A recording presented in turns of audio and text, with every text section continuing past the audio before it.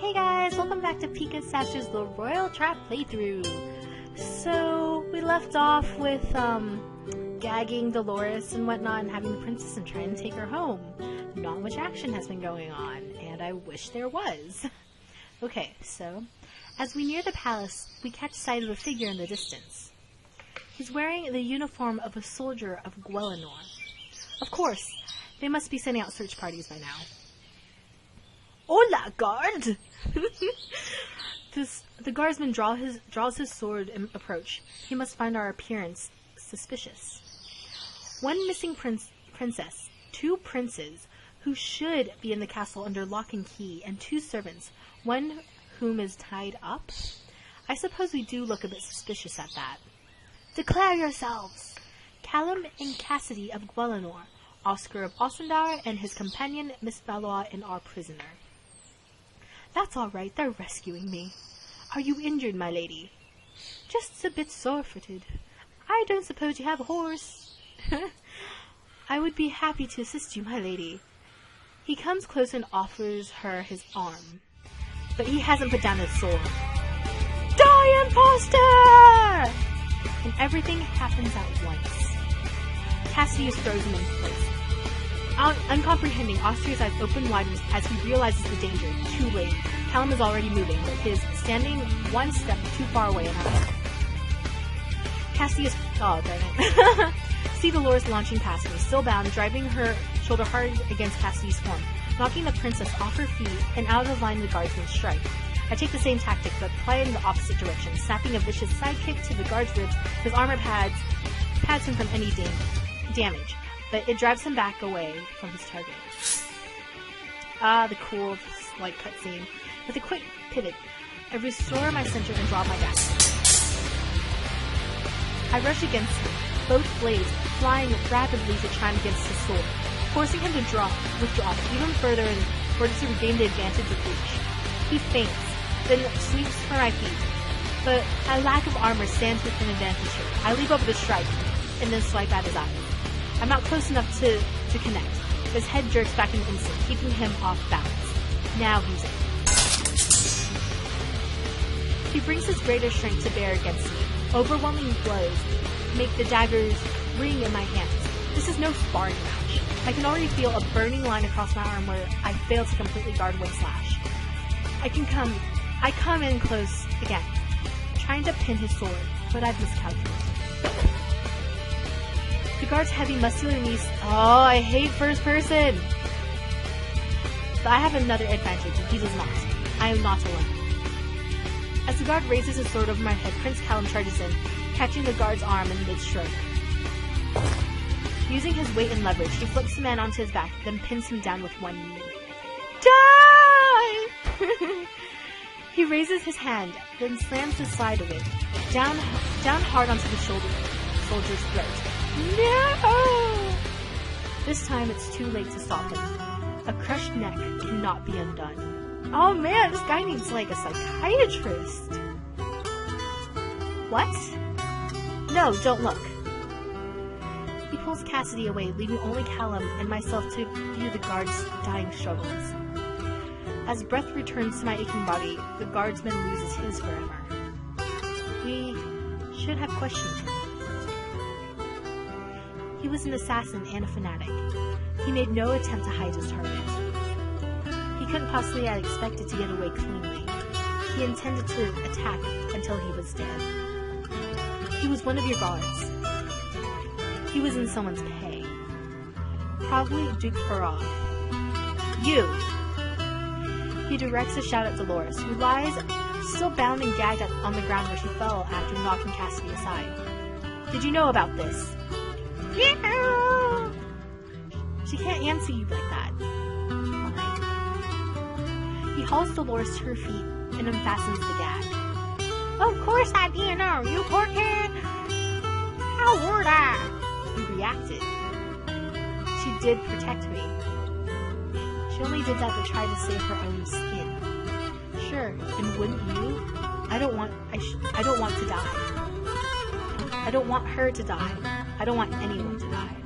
You remember that, Your Highness. Remember who's a killer and who's not. Is that man really dead? Yes. I see. Waving Oscar and Callum aside, she kneels beside the body and lays one trembling hand upon his chest. I'm sorry. May your rest bring you peace. No matter what they've done, I would not wish for anyone to die. He would have killed you if he could have. If his master equipped him with a rifle or a crossbow instead of a sword, we might have not been able to stop him. We should hurry. We can send someone to pick him up later. We need to get you to safety. To safety. I'll do my best. Wait, one thing. I wanted to thank you for backing me up. You mean for saving your life? I wasn't out of the fight for good, but I'm glad you were there. I hold out my hand to him, this time of my own free will. They shake hands, whatevs. Okay. Then, yeah. La la la la la. Ooh, the castle is like a full view. After a brief and tense journey, the familiar stone walls loom before us. We cluster tightly together in case of unknown dangers at this final hurdle, Callum in the lead. Sheltering Cassidy behind him, then Oscar, then Dolores, then myself. The princess should be visible enough for our group to be granted passage without argument, but a sniper's shot at her could be blocked by one of the two men. As for Dolores, someone has to keep an eye on her and make sure she doesn't try to run. She appears to have accepted her fate, but I wouldn't trust her not to turn on us at the worst possible moment. We reach the front gates. This time, Callum's bestowed greeting is met with a chorus of hails. A full company of guards charge out to surround and escort us. Even then, our heightened nerves do not allow us to relax easily, but the soldiers make no aggressive moves. They do not even ask for details about how we came to be in this situation, but move us swiftly into the safety of the building. There we have to give our accounting to the King of Gwelinor. Inside, the guards suddenly call a halt. Royals this way, servants that way. What? Maddie stays with me. I mean, Miss Valois. Only one of them is a prisoner. We have orders, Your Highness. Your parents wish to speak with you urgently in their private chambers. It would not be appropriate for those not of royal birth to be admitted. Their statements will be taken later. I suppose. You won't let that one worm free. Don't worry, I'll keep an eye on her. They will be guarded at all times. Oscar looks at me. It says nothing. Cassidy draws up her full height. Very well, carry on. Dolores and I are herded into a room to await His Majesty's pleasure. Your weapons? What? Orders, to avoid accidents. Indeed, another guard is already poking and prodding at Dolores to ensure she's carrying nothing more dangerous. I, at least, am spared that indignity, but I am made to hand over my bags. After that, the guards take up positions outside the doors, preventing us from exiting, but otherwise leaving us alone.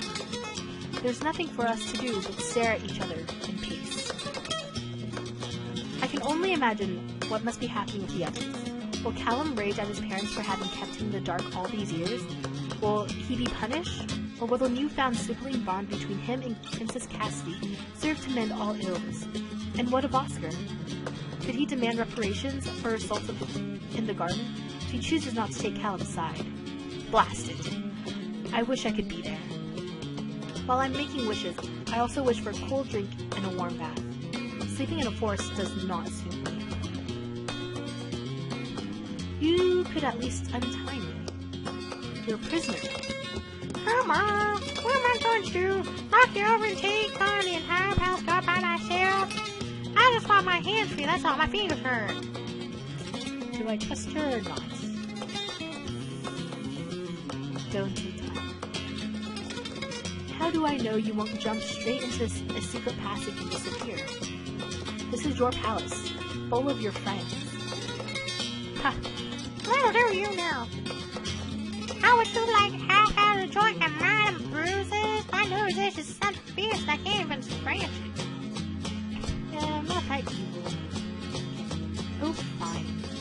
I take a step closer and raise my hand, hesitating for a moment, just in case she gets the idea to bite. Thanks, I guess. Her eyes meet and hold mine for a moment, but her will is weaker than mine, and she soon looks away. Why did you do it? Do what? Betray your masters. Why not? You had a good position here. Really, there's some like me to choose. Don't think I have heard that every day of my life. You're somewhat unusual for your age. Okay, guys, so I'm kind of like losing my voice right now for some reason.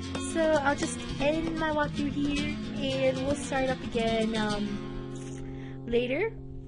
And no spoilers for you right now. I could if I wanted to, but no. And so give a thumbs up, like, which is same thing, favorite, and leave a comment below for anything. And subscribe, and thank you for watching.